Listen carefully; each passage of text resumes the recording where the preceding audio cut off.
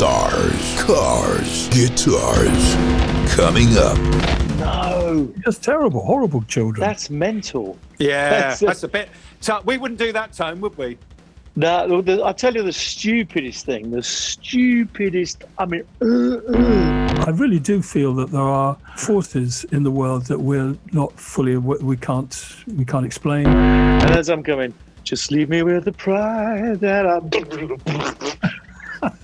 falling down about 10 flights of stairs. This is Stars, Cars, Guitars with Tony Hadley, Jim Cregan, and Alex Dyke.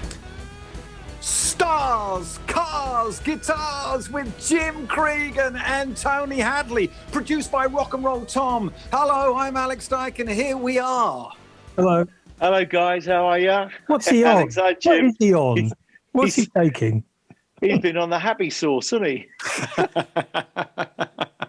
It's here. Oh, he's on that full. It's not gone past the yard arm yet. I'm a secret lemonade drinker. Whites. See, I'm off it on during the week. I'm not having a. I'm being very, very good. Tony, it's lemonade. And, is it lemonade? Genuinely? Yeah, it is. Oh right, yeah. okay. I thought it was a gin and tonic. Yeah, No, like it's lemonade. Yeah. Hey, Tone. Yeah. Jim won't get this because he probably wasn't in the UK. Give me the next line. I'm a secret lemonade drinker. Whites. Whites. Good.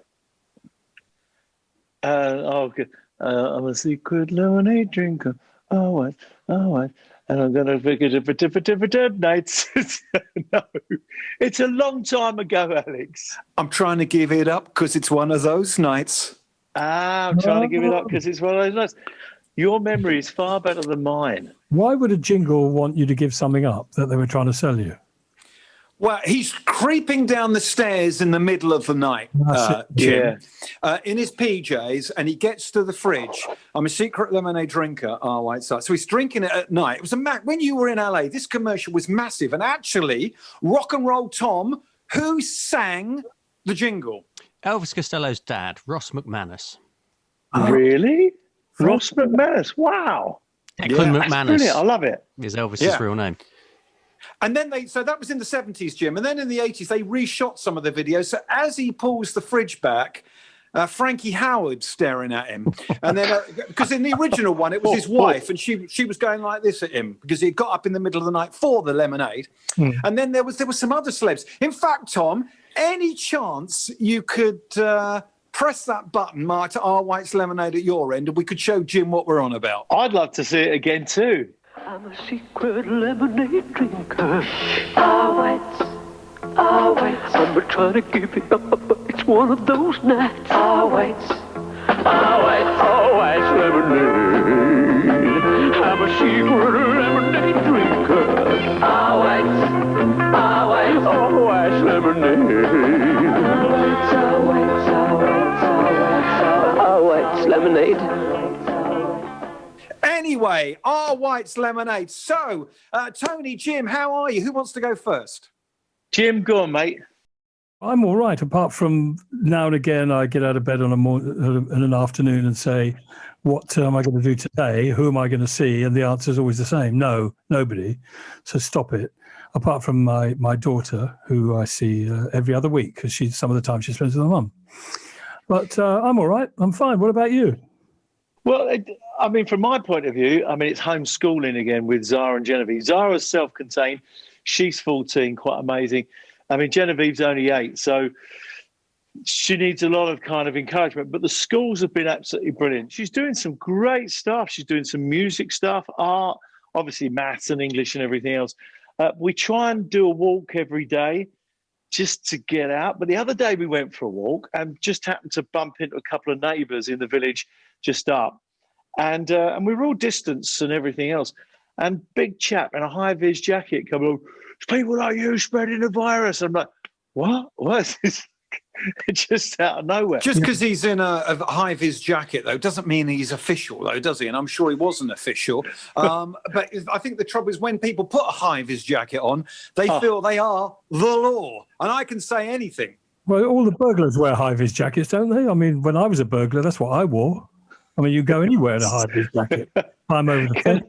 Can I just say Drain pipe. what really gets me? Sorry, Jim, is when you know you're going into park in a place, and there's the guys with the high-vis jackets.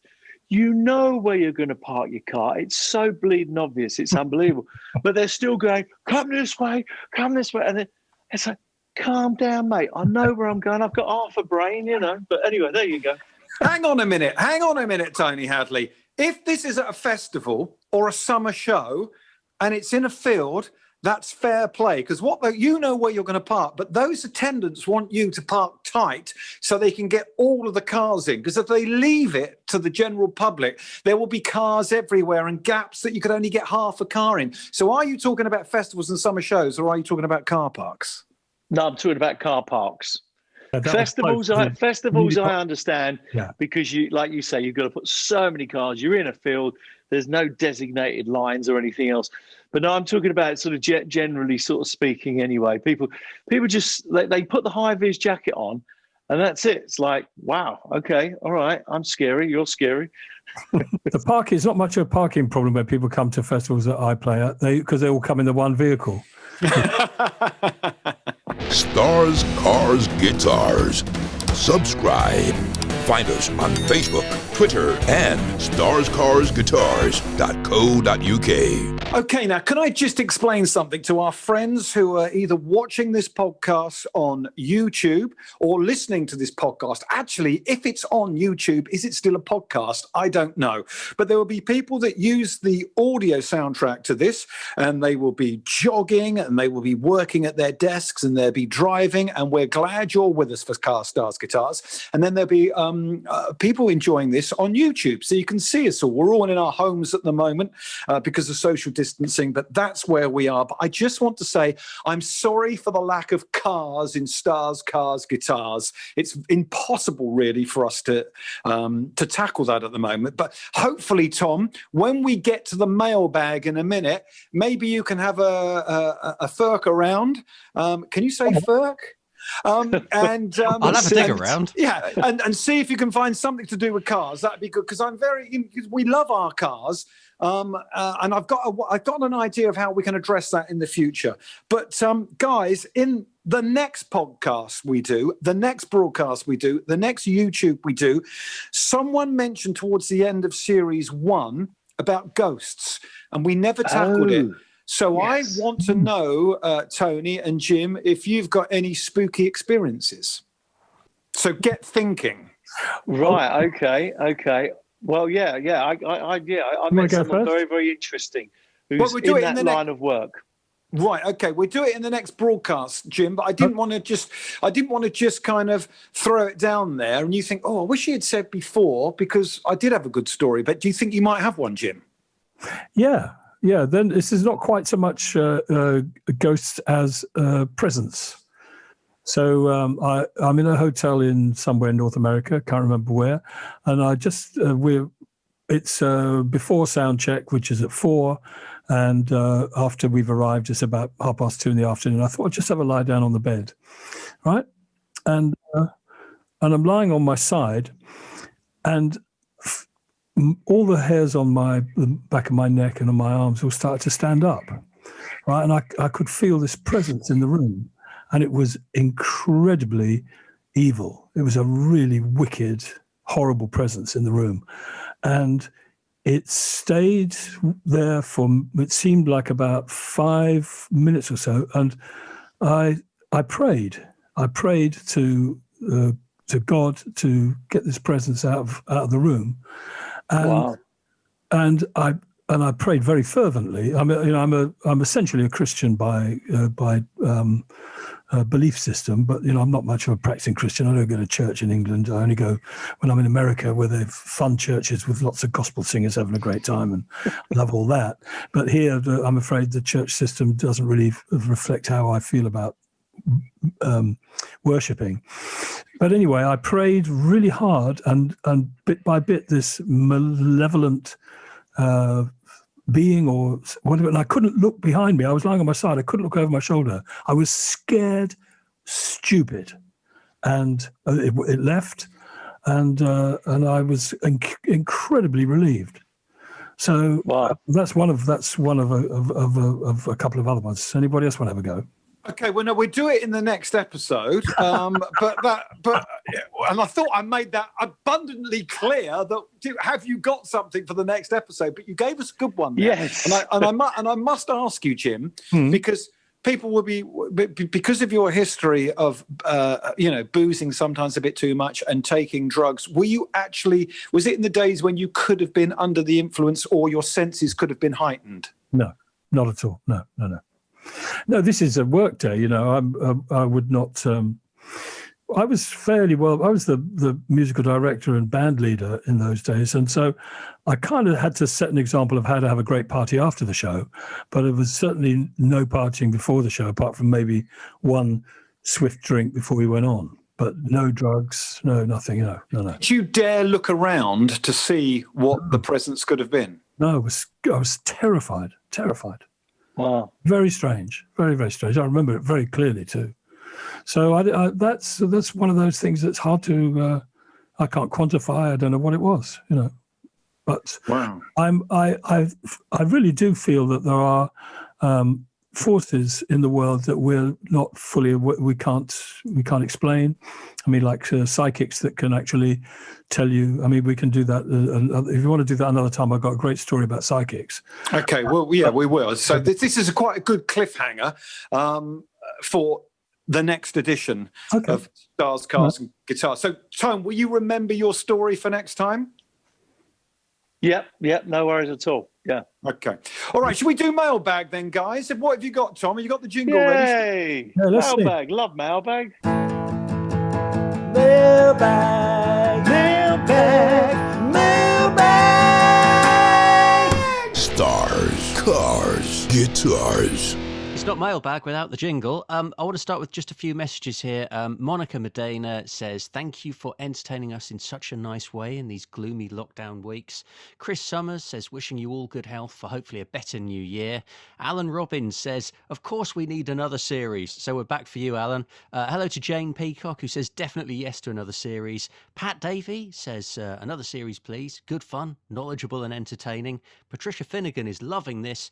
And Maureen Davison says, it's absolutely brilliant. I'm loving this podcast. Now, here's a good email. This comes from Stephen Edwards, and he says, hi guys, I came across your podcast quite by chance and am now addicted. Please keep it up. It's so entertaining. When I first heard it, I thought it a strange coincidence that I've come across all three of the guys in slightly different ways. I hail from Holloway, North London, and I first met Tony as Spandau were just emerging in the early 80s. We were both at the Almeida Theatre in Islington to watch an amateur dramatic production by locals. Tony was there because he was an old school friend from Dame Alice Owens of one of the performers, Tracy Clark, who later married my brother. It was a pleasure meeting him, and way back then, Tony was the absolute gent he remains today. So that's Stephen's connection to you, Tone. That's brilliant. I've got to say, if Tracy Clark is watching, her family lived just around the corner from my mum and dad and stuff, and went to school with Tracy, and what a lovely, lovely lass she is. Oh, well, that's really sweet. It's really lovely. My Alex Dyke connection happened when my wife and I lived on the Isle of Wight between 1988 and 1993. We loved him for Tom, careful. Slow down. Have you checked this one through? We loved him broadcasting on the radio, especially Bubblegum and Cheese. We also lived in the same road in Ryde as Alex, and I remember him knocking on our door as he was leading a pressure group about the disruption caused by gas and roadworks outside our St John's Wood Road houses. So do you remember that? Why, yes, I do. And I'll tell you why. Now, that was, wow. Hi, guys. That was in the 1980s, and they put this tunnel all the way down the road. And this tunnel was huge. It was probably 12, it was part of a sewer, and it was probably 12 feet, maybe in diameter. Wow. And it went on for months and months and months. And at the time, I was doing a late night radio show, and I was trying to sleep in the day because I wasn't getting in till 3 a.m. in the morning. And the treat for us all was when they had finished doing this, and it took all summer, we were all allowed on a Saturday to walk through it before they put any sewage or gas treatments or whatever through the thing. And I thought, that's not good enough. We've all been disrupted with late night workmen and early morning workmen. So I probably did rap on, I don't remember it, but I probably did rap on their door. In my head, you're not a door-knocking, pressure groupie kind of guy, but there you are. I'm certainly not. Jim, apologies. This is a less direct connection than with Tone and Alex, but I did see you at the Royal Albert Hall with Rod, one night only, way back, and it was amazing. I think I appear for a nanosecond on the DVD. And then Stephen goes on to say, my wife and I have seen some great performances from many of the top bands and singers over the years. We're really missing live shows at present, so your excellent podcast is a godsend. We've seen Tony solo and with Martin Fry and Go West, and he's always been brilliant, but I have to tell him the best concerts ever we've attended were the Spandau reunions from a few years back. We saw them live in Brighton, and for the first night at the O2 when the boys came home to London. Oh my God, what a night. Tony, I'm so pleased everything is going your way and you seem so settled and happy. Love and thanks to you all. Please keep this great work up. And that's from Stephen Edwards, originally from Holloway, lived on the Isle of Wight for a few years, now settled in Crawley, West Sussex. Hey, that's well done, really, Stephen. Thank you. That's really nice, Stephen. That's brilliant. There's a cracking couple of tandoori's down on the Holloway Road. Oh, there's some good curry houses down there. Hey, that's really nice. Right. Mentioning Tracy Clark there, that's lovely. Yeah. That's lovely. Joe Meek have his studios above a handbag shop in the Holloway Road. Well, I've got to say, do you remember, did anyone else rehearse in Halligan's rehearsal studios down the Holloway Road? It was up the Highbury roundabout end. No, And Tony Halligan was in the pub all the time, but he used to have these rehearsal rooms. So we used to rehearse there he didn't even have a name at the time. We weren't even Spandau. Iron Maiden used to rehearse there, and so did Madness. And it was brilliant. There was a great little sort of Irish pub right on the corner. Fantastic. Here's one from Warren in Margate who says, hi guys, really enjoying the podcasts. I've been a big Spandau fan, lucky enough to be front row at the 2009 O2 gig. Question is, do you guys have favourite classic cars which you've owned or would like to own? I had a Volvo P1800 that I was restoring, got it about 90% done 22 years ago. Then we were expecting our first child, so unfortunately I had to sell it to get a practical car, and I've always wanted another one. So do you have a favourite classic car that you've owned or would like to own? Yes, a couple I've had. My favourite one was a 1973, I think, Dino Ferrari, which I bought here in England and then rather foolishly eventually shipped it over in 1980 to the United States, where it was on the wrong side of the road. That was all a bit awkward. So I remember driving through the Hollywood Hills on the English side of the road, waiting for somebody to come around and smack into me. Fortunately, they didn't, and I woke up and went, "Oh, hang on a minute." But that and a 300 SE convertible four-seater Mercedes. That was an old car too. I like old cars. That make me feel young. So yes, too. Yeah. Yeah, I had a P1800, which is the Volvo that Roger Moore had in the Saint, and I can't remember the registration number of when you took the ST1 off. One of the ones Roger Moore had, the registration number was something like BUV 416E, and I had BUV 426E. It was 10 out, and I thought, I wonder if this could have been a production car or maybe a car that the TV company used at the same time. And I bought it. And I had it for about a year.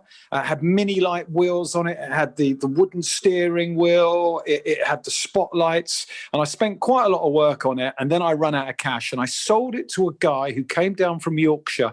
And he put classic cars in Heartbeat and the Royal for ITV. And I never saw it in any shows. And that is the one really. I mean, I've had some beautiful RS Mexicos, Mark 1, Mark 2, Porsche 944, some beautiful cars, but the one I should have kept was funnily enough, the Volvo P1800. Beautiful car. Because I used to love the Saint with Roger Moore. Yeah. And I'm a big, massive Roger Moore fan, and we've spoken about this before, and the Persuaders. In fact, I'm reading his autobiography at the moment. And as I've said before, I met him a couple of times, and he was one of the most charming, loveliest chaps. So yeah, I would go the Volvo. I'd like, my ultimate car, I'll talk about in a second, but I'd like to go back and find my old, it'd be all broken up now, but find an old Vauxhall Viva, my first ever car that I bought for 50 quid. And I'd like to just drive it to see how bad a drive it really was. Do you know what I mean? And So I'd like to do that. But my ultimate car, we watched Skyfall just by the Christmas period, and it's got to be the Aston Martin. It's so the DB4 is so beautiful. It's just the most amazing looking car. So that would be my ultimate car. But these days they're I don't know what, $500,000, $250,000. They're so much money. It's ridiculous. Yeah. Any idea, Alex, how much they'd be worth?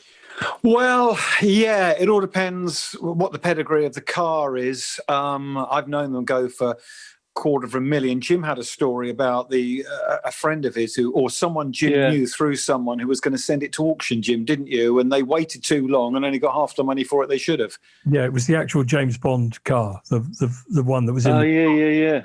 Yeah, without the ejector seat. The all important thing. You could take your mother-in-law out for a drive. No, it's just over by the White Cliffs of Dover. Off you go. I could think of a few people as well, Jim. Are you relaxed? Patricia Seitz has a similar question. She says, what are your all-time favourite cars? So I think we've covered that. She also says, what are your favourite American singers? And Patricia is emailing us, sending blessings from Kansas, USA. So favourite American singers. I mean, I've got stacks. Well, it's a huge list, isn't it? Let's start with Aretha Franklin. That would be one of mine. Stevie Wonder, Ray Charles. I mean, it's interesting that, well, it's not necessarily interesting, but I'll try it anyway. All the people that I truly love are African-American singers. There's nearly all my favorites are from the States. I've hugely American music.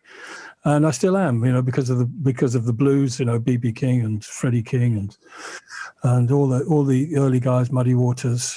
Those guys, I was around in the blues boom when all of us guitar players were learning our craft. Clapton and Beck, all those guys are roughly the same age as me. And what happened to me then? Why did I get left behind? Oh, I remember. They're better than me. But other than that.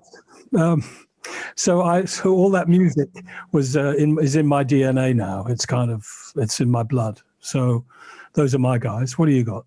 I've had all the best ones away. Yeah, well, they're all the great ones as well. Ella Fitzgerald, I'd add to that as well. And Nina Horn, another great singer. A lot of my influences come sort of from my mum and dad, early mum and dad, when they used to play all the records, the Frank Sinatra, Tony Bennett, Mel Torme, Jack Jones, all those kind of singers. And they were a major influence on all the crooners. Yeah. Okay. I mean, I love the crooners, I really do, and I love that style of singing. Sure. But also, I'm a bit, Tom Petty, Bruce Springsteen, all those kind of guys as well. They're fantastic. Pearl Jam, so I like a lot of the sort of the rockier side of stuff as well. But first and foremost, probably, the crooners, definitely. Do you think Alex is going to say anything about the Bay City Rollers? Because although I can't actually reach out of the screen and whack him, I will if he does. I'll tell you what, Bay City Rollers, right? Let me tell you something. I was on the phone yesterday to Nobby Clark, who you probably haven't heard of, but he was the original lead singer of the Bay City Rollers before Les McEwen. And wow. He told me a brilliant story how he was, really cheated out of loads of money and ripped off. And I think he would be. Are you sure? Yeah, I think he would be a great guest for us. He told me a story about how he's the guy on Remember, their 1974 hit, but Les McEwen just went in and lip synced on Top of the Pops, and Nobby was singing the song and never got any money. So, but maybe that's something for later. Sinatra, but definitely Sinatra more from his reprise 1960s era. I thought Sinatra got. Critics said he couldn't hit the high notes so much in the mid to late 60s and 70s. I think his voice was more interesting and he could deliver. And I think obviously he could hit lots of high notes. I'm not technical. Maybe there were a couple he couldn't hit. I love Sinatra in the 60s. I'm a big fan of Glenn Campbell, but like Tone says, that's probably from my mum and dad. But for me, Ronnie Isley of the Isley Brothers, Al Green, like Jim, most of my heroes are Black American soul artists, a bit partial to some Sam Cooke, but really Stevie Wonder, Al Green, and definitely the Isley Brothers, Ronnie Isley. Yeah, I must add into that as well. The Philadelphia sound. I loved Daryl Hall and John Oates. Daryl Hall's got an incredible voice, absolutely incredible voice. And have you ever seen the program Daryl's House? Sure. Yeah, it's brilliant. It's brilliant. It has guest singers on and everything else. It's fantastic. They're just in his barn jamming away, and it's just brilliant. He's a great singer too.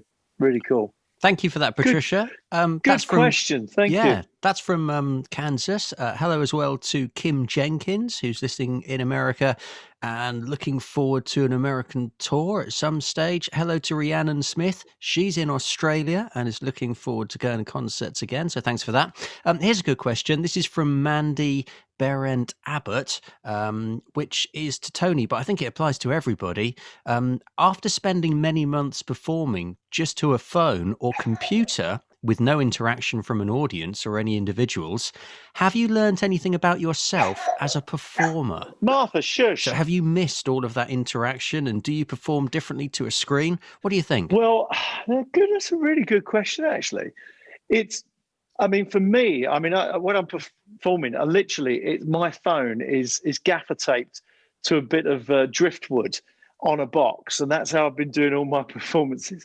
This is actually, I'm on an iPad here. This is a bit more sophisticated, but so I've been doing my performances, and literally I've got like a small sort of sound box where I play the music through and then sing literally into my phone.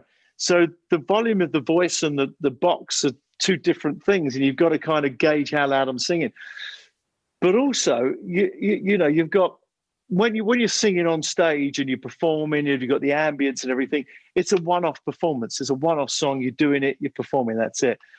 But, it's weird when you're singing to your phone. That's kind of, and sometimes you start the song and you think, that's not quite right. I've not quite got that bit right. So, you want to do it. You want to be exact. But I've kind of enjoyed it. But I think a lot of people, I think initially it was a novelty, and I've done lots of stuff for charitable organisations and stuff like that. And I think initially it was kind of, this is quite good fun. Like a lot of people that have worked from home or done stuff at home, it's got to the point where we need interaction. I need interaction with musicians and public, and so I've not done so much of it lately. I've got a couple of things they want me to do for Australia and places like that, where they're trying to raise money for charities. But I want to get back to playing live properly. Sure. Yeah. There's nothing I was going like to say, it. that must be the same for you, Jim. That must be exactly the same for you. Yeah, except I don't sing. The thing is, the difference between me and Tone is that I'm a record producer and I have a studio in my house. So I have all the equipment to do things properly rather than sing into a phone. I mean, this microphone I'm talking to you now is an expensive microphone. And I can make records here. So there is a slight difference in that respect, which I do. I've been cutting tracks, ever since we started the lockdown in January or February, whenever it was. But I really do miss the playing live, because it's so exciting to perform. Even though I've been doing this for 50 years or more, it's really exciting still to get it up in front of a crowd. The thing that is slightly annoying now is that, and I kind of get it, but every performance you make now, there's a very good chance that somebody will have recorded it on their phone, which means that there's going to be kind of really very poor sound and poor quality, and they'll post it on YouTube, and people will look at it and it's not, you don't have any control over this stuff anymore. And I find it a bit of a shame. Also, one of the great things about jamming, you used to have people come up and jam and join the band just for that one night. Somebody would get up and play a song, and they might make some mistakes. It might go a bit wrong, but nobody cared. It was in the moment. It was exciting. When you translate that to a little screen on a phone, it's not very good. And so there's every performance is now, you have to consider that anybody in the world can see it. It's not just going to be those 25,000 people that are in your front room. No, sorry, the 20 people in that club you're playing. It's a worldwide thing now, and that's a bit strange. And there's something slightly missing from the risk value. I don't think we take as many risks now as we used to, and that's partially because of that, I think. Well, I think also, Jim, I think the thing is that music is so exact now. I mean, if you listen back to old tracks, T-Rex records, Bowie records, Hall & Oates even, and you put the headphones on, you can hear things that are not quite right. There's, so a little fluffed note or a little, slightly out of tune or whatever. Now everything is so exact. There is no element of like the rhythm drifting or coming in after a drum fill and it slows down at the end. Everything has got to be and so everybody's ears are trained almost to they want the most perfect vocals, the most perfect rhythms, and you try to say rhythms, and do you know what I mean? So we've become really exacting, Jim said to me on the phone the other day, he said, if you listen to I Can't Turn You Loose by Otis Redding, he said, the difference between that and a modern recording is that is a performance. That is the band, probably Booker T and the MGs with the Memphis horns all in the studio at Stax, and is a performance. And that's what you don't get now in this very clinical, sanitized world we live in.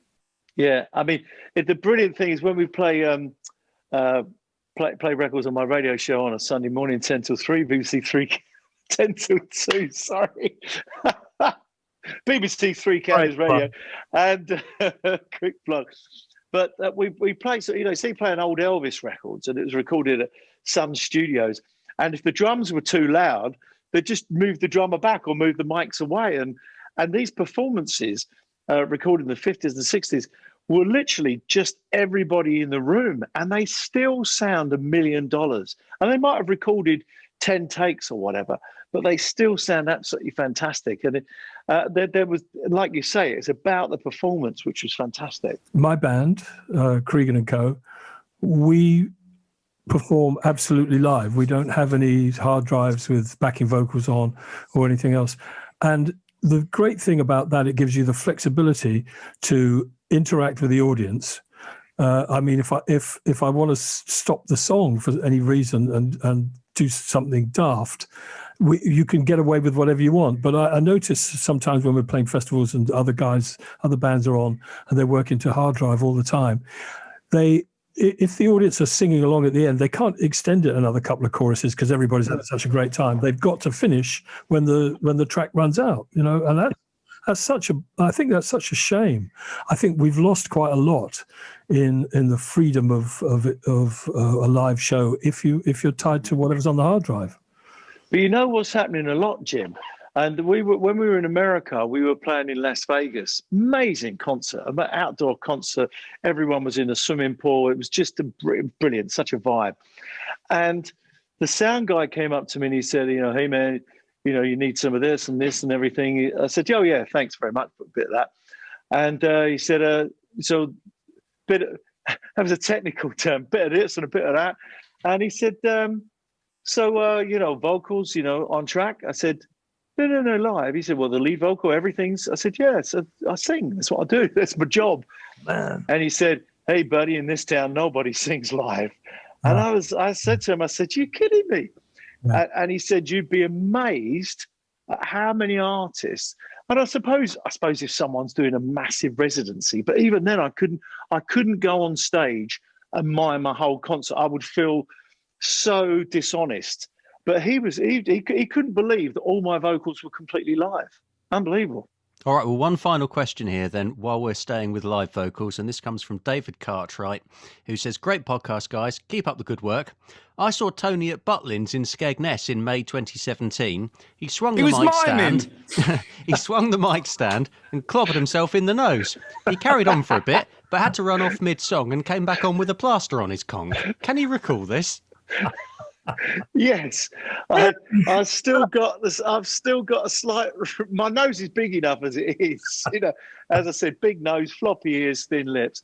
But no, I think what it was, I pulled the mic off the stand, And as I pulled it in my enthusiasm, it went thump. Oh, yeah. and there was blood just streaming down.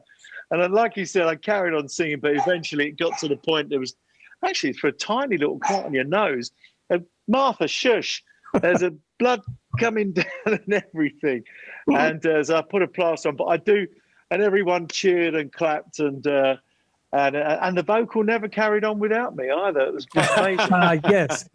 Yeah. You'll see Madonna do that, won't you? Where she takes the microphone away and the voice keeps going. Oops. Well, I love those accident stories on stage. They are quite fun. Yeah. Did I tell you this one? I might have told you in another podcast we did or whatever. But there was one where I was doing, we might have covered it, but I was doing a song called With the Pride with Spano in front of people at Wembley. And they had these stairs, and I stupidly had these new shoes with leather soles on. And as I'm going, just leave me with the pride that I've fallen down about 10 flights of stairs. And I'm a heap at the bottom, and every 10,000 people are pissing themselves laughing. So it's like, yeah, don't wear new shoes without scuffing the soles, especially when you're coming down a carpet of stairs. It's Shirley. I look like Shirley Bassey. I just didn't have the frock on, Mailbag, mailbag, mailbag. Stars, cars, guitars. So, Alex, you remember Jim, right? Yeah, we've met a couple of times now. Did you was there a toy that you, when you were a kid, that you absolutely loved, and that losing that toy would have been a heartbreak to you, or you carried on? It's the toy you played with all the time, and it's not a body part. Where has this come from, Jim? Have you just conjured this up? Have you been? This is interesting. Come after your job. Yeah, no, I'm just interested where this is coming from. Have you been thinking of toys, in the last couple of that you had? Into my head. It just popped into my head like a lot of other junk. Because I like to think I'm a bit of a psychologist, you see, with no qualifications. But I'm just wondering, James, where this has come from. Well, I had a question. I had I was crazy for Action Man. I loved Action Man and Lego. They were probably my two favourite toys. And in those days, you had building blocks, and you had some that looked like they were more or less transparent, so you could have those as the windows in the houses. And you had some wheels, but that's all you had. You didn't have Star Wars Lego and dinosaur Lego. So for me, it was probably Lego and Action Man. And then when I was about 11, I got a cassette recorder. And that and my records, as soon as I got into records at about 10 and a cassette recorder, apart from my Rally Chopper, all I wanted to do was record stuff and record little mini radio shows and pretend I was on the radio. And now look at me, all these years later, with you guys pretending to be a broadcaster. Yeah. It's kind of, well, there's quite a few parallels actually between me and you, Alex. Like, so Action Man was my favourite toy. I managed to get enough Christmas presents and birthday presents and save up money and everything. I had about 6 of them. I had obviously the British one, the German one, the French one, the Frogman. So I had all of them, and I absolutely looked. And when Action Man came out with realistic hair, wow. That was fantastic. I used to play with him in the garden. I used to dig tunnels and stuff like that. And I used to fill tubes of test tubes up with my dad's petrol from his bike, and then put some tissue in the bottom, and then put bricks around the Action Man, light the thing, and then and I was a little bit crazy. I was a bit mad, So Action Man for me, that was my favorite toy. I was never into games. I'm still not into games. I don't like computer games. I'm not into sort of Monopoly. My kids, Zara and Genevieve, love playing games. Oh, Dad, should we play a game? I'm like, okay. Like playing cards. But like you, when my mum and dad bought me a tape recorder, one of those old-fashioned push-button ones, I then started to really get into albums. First album, World of David Bowie. My uncle had a record shop. And then I started to record myself singing along. Also, just singing along to records, and then thinking, wow, I'm quite enjoying this. I never saw it as a career, but I really enjoyed the process of recording my voice. And so then I kind of moved from Action Men, a bit like you, into music, and that became my passion.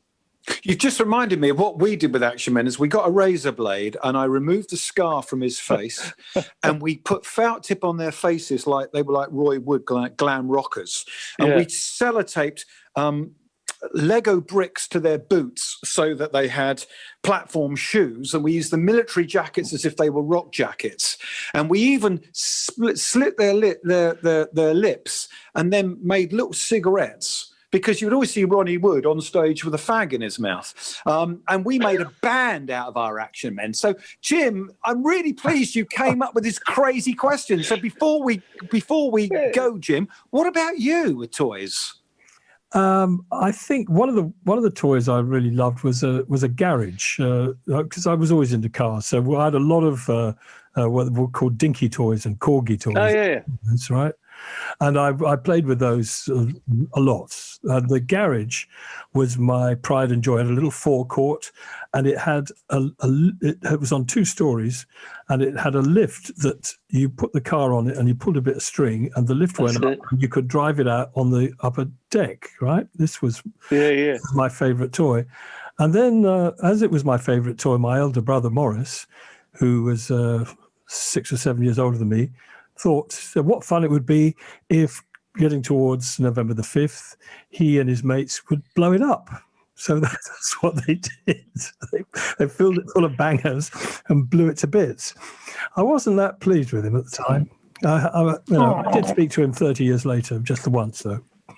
I mean, I had a similar garage, and it had you used to get, it was on a bit of string, when a little thing like that used to go up. Yeah, brilliant. Yeah. You're talking about bangers and your older brother and stuff. I was talking to my mum the other day, and we were talking about, things that we used to get up to as kids. And I reminded her of the guy around the corner with all the stains on his shirt, who would sell you one cigarette, like one number 6 or an embassy, if you had a bit more money. And my mum said, I didn't know that. I said, yeah, he would sell you one number 6 or 2 number 6. But I said, the other thing that was crazy in those days was that you could go into a shop at 8 or 9 years of age and buy a packet of bangers. Oh, yeah. Do you remember that? No one questioned you. No. I mean, literally, if you had the money, you'd buy a packet of bangers and you'd be frying them at your mates and everything else. I mean, when you think about it now, I think about my kids and stuff. I think I'd go ballistic if they did that. Yeah. But different times. That's another similarity. We would go out that you and I have, and maybe Jim too, but obviously he's a little bit older than us, but we would go out and buy fireworks cheap on the 6th, 7th, 8th of November. They were half the price of them because they were an annual thing. We would go and buy bangers, and we would go into the woods and we would chuck them at each other like they were grenades. I mean, crazy. Absolutely crazy. We used to put there was an old lady who lived in the street who we didn't like much, and we'd put bangers through a letterbox. And just terrible, horrible children. That's mental. Yeah, that's a bit. So we wouldn't do that, Tone, would we? No, I'll tell you the stupidest thing.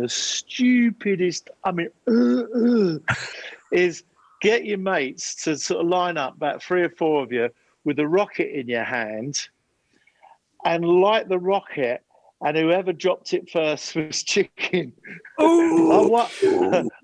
I won, but I ended up in A&E because I burned all my...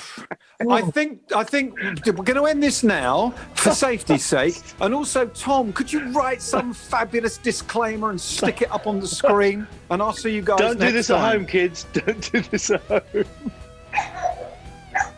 Martha, shut up. Stars, Cars, Guitars was produced by Tom Stroud.